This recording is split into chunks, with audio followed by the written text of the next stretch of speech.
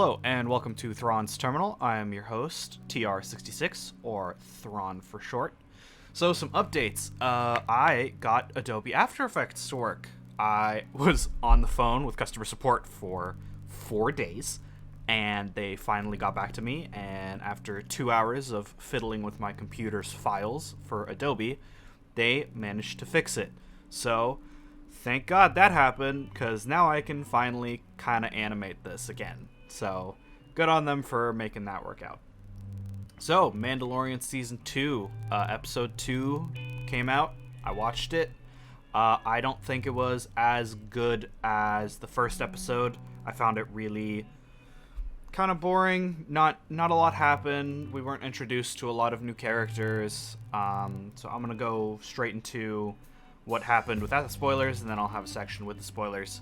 So, without the spoilers, it was more of like a side quest for the Mandalorian. In the first episode, he wasn't able to find Boba Fett. So obviously, he's gonna keep trying to find some Mandalorian that he can get help with.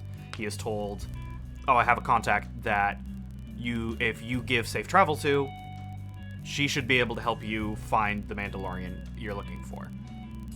So, the Mandalorian goes off and does his thing, gets in some trouble, and all in all, it just ends up with not a lot happening. Like, the Mandalorian from the beginning of the episode to the end of the episode has accomplished nothing.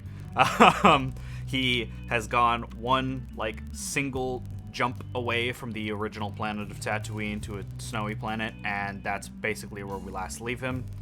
In terms of more spoilery stuff, what happened was the Mandalorian found a gecko-like creature, and he needs to help her get her babies to her husband so the eggs can be fertilized that she's carrying. She's carrying these eggs. It's the last of her kind. She really wants to get there. So during this episode, the Mandalorian gets caught by some New Republic X-Wings, and they start asking him a bunch of questions. Where's your beacon? Where's your transponder? What are your codes? It appears the Mandalorian has done some shady business near New Republic space, so they probably want to arrest him. He obviously doesn't want to be arrested, flies down to a cold planet, and tries to hide away without, causing any combat. He does manage to hide, but the Razor Crest breaks through the ice of the planet, and it crashes down, and his entire ship's buggered. It's all fucked.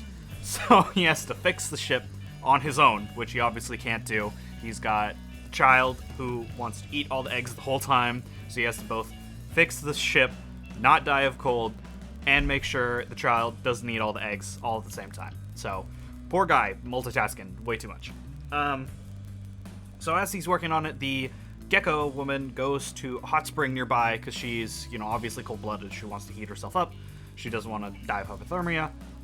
As she's doing it, the child, Baby Yoda, goes around, finds some eggs that he can't eat, and those eggs end up being Krykna eggs. They are the spider-like animal that we saw from Star Wars Rebels. A really interesting thing about this is a original concept made by Ralph McQuarrie, and you can see this image right here. It's very different. They seem to differ in size. The ones that we saw in the show went from actual spider size, standard human spider size, to the size of a giraffe, absolute unit of a spider. And I thought that was really cool to see some more of connections between Rebels and other different connections of other shows, other episodes. So good continuation on that.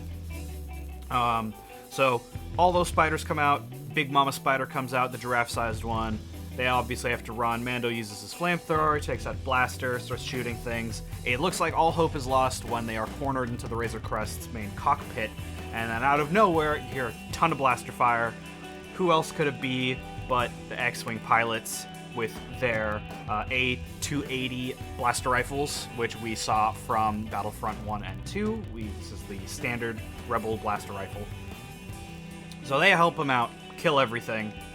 Both of them are just chilling, and their X-Wings are like, hey, you're wanted for multiple crimes, but according to our records, you've also helped some people, so instead of taking you hostage, we're just gonna let you figure this out and that'll be like our you're welcome for not screwing other people over. So Mandalorian's just left there. He has no choice but to attempt to fix whatever's left over. At least there's no spider problems. He says, oh, we'll pressure seal the cockpit, and we'll just fly straight to the planet. And that's basically where we leave it off.